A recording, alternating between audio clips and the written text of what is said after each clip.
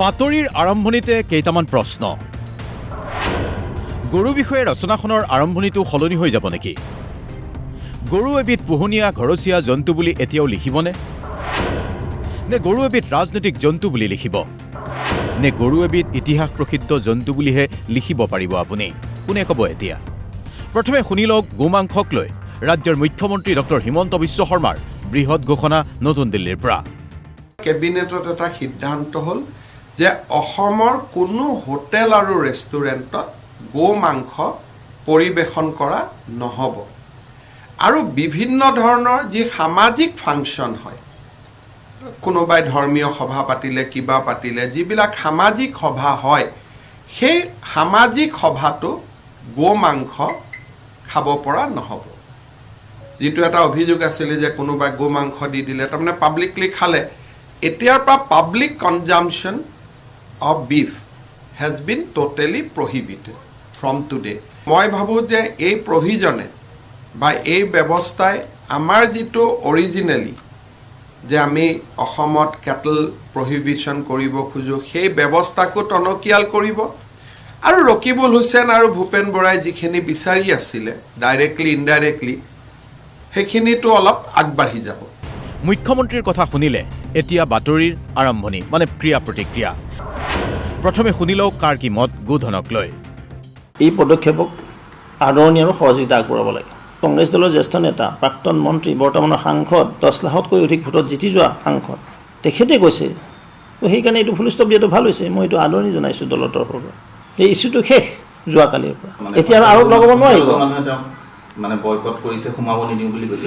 এইটো গোটেই যতদোষ নন্দ ঘোষ হ'ল তেওঁ, ৰকিবুল হুছেইন ডাঙৰীয়া। এইটো যেতিয়া পৰিস্থিতি হ'ল যে তেওঁ গৰু মাংস বিলালে, যেতিয়া চাৰিওফালে ওলাই গ'ল, তেতিয়া লাজ পাই এতিয়া গৰু মাংসটো বেন কৰি তেওঁ আকৌ আগৰ যিটো ব্ৰেণ্ড আছিলে তেওঁ যে মই মুছলমান বিৰোধী, সেই মুছলমান বিৰোধী ব্ৰেণ্ডটো আকৌ তেওঁ আনিব খুজিছে। অসম চৰকাৰখন অসভ্য বৰ্বৰ এখন চৰকাৰ। এই চৰকাৰখনে মানুহক ধৰ্মৰ নামত, জাতিৰ নামত অত্যাচাৰ কৰে। ৰাজ্যত গোমাংসৰ প্ৰচলন বন্ধ হৈ গ'ল।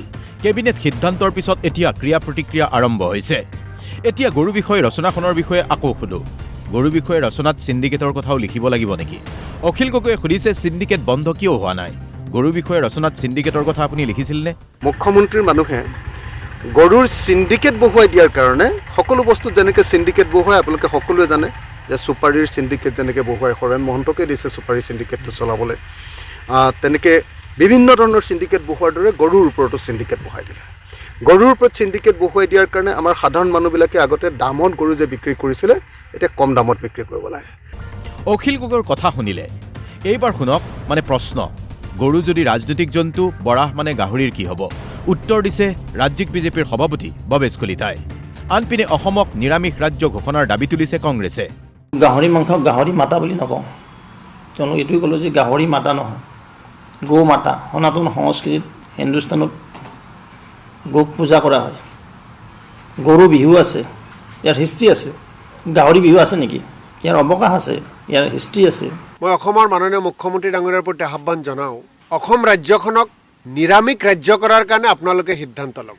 অসম ৰাজ্যখনক অসম চৰকাৰে এনেকৈ খাদ্যৰ ওপৰত বাধা আৰোপ কৰাতকৈ নিৰামিষ ৰাজ্য ঘোষণা কৰিলেই হ'ল। ৰ'ব, ইমানতে কাহিনী শেষ হোৱা নাই। AIUDFৰ বিধায়ক ৰফিকুল ইছলাম আৰু বিধায়ক সুজামুদ্দিন লস্কৰে কৈছে, মৌলিক অধিকাৰত আঘাত এয়া মুছলমানৰ ওপৰত ৰাজ্যত অত্যাচাৰ হৈছে। অখিল গগৈ, জয়ন্ত মল্ল বৰুৱা এখেতসকলে এই বিষয়টো বৰকৈ চৰ্চা কৰি আছিল। এনেকুৱা লাগিছিল যে অসমত আৰু কোনো সমস্যাই নাই, মানুহৰ এই খোৱা বোৱা, কোনে গাহৰি খাব, কোনে গৰু খাব, কোনে মুৰ্গী খাব, এই কথা বাৰ্তাবিলাকেই মানুহৰ সমস্যা। তেখেতসকলৰ কথা তেনেকুৱা লাগিছিল। আইনটো যিমান আইন আছে বনি আছে ধৰ্মৰ ভিত্তিত, ইছলাম ধৰ্মাৱলম্বীৰ ওপৰত দুটা পাৰ্টি জগৰীয়া হৈ আছে এইটো গোমাংস ইস্যু।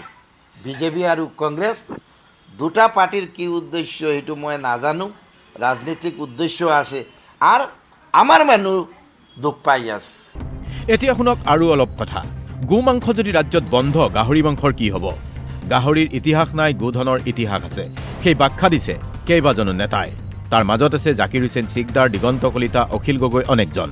ৰাজহুৱা স্থান আৰু হোটেল, বাকীটো একো ক'বলগীয়া নাই। ব্যক্তিগতভাৱে গোমাংস যোনেই খাব বিচাৰে, খোৱাত কাৰো বাধা নাই। মই ভাবোঁ যে মুখ্যমন্ত্ৰী ডক্টৰ হিমন্ত বিশ্ব শৰ্মা ডাঙৰীয়াই অসমৰ হিতৰ কাৰণে এই সিদ্ধান্ত লৈছে আৰু এই সিদ্ধান্তক আমি উষ্ম আদৰণি জনাইছোঁ। পিছে গো মাংসক লৈ ৰাজনীতি হ'ব নালাগে বুলি কৈছে কেইবাজনেও। প্ৰাক্তন সাংসদ আব্দুল খালেকৰ পৰা AIDFৰ সদ্য প্ৰাক্তন নেতা জাকিৰ হুছেইন লস্কৰলৈকে। কালিৰ এই চৰকাৰী সিদ্ধান্ত হোটেল ৰেষ্টুৰেণ্ট আৰু ৰাজহুৱা স্থানত গো মাংস বিক্ৰী বা পৰিৱেশন নিষিদ্ধকৰণৰ সিদ্ধান্ত নাগৰিকৰ সাংবিধানিক অধিকাৰৰ উলংঘন আৰু এক নতুন চিণ্ডিকেট। কেবিনেট সিদ্ধান্ত ল'ব পাৰে, তো প্ৰশ্নটো হ'ল কৰ পৰা এই উত্থানটো কৰ পৰা হ'ল? এই পুত্ৰ স্নেহৰ কাৰণে গোটেইবিলাক হৈ আছে। Bureau report DY 365।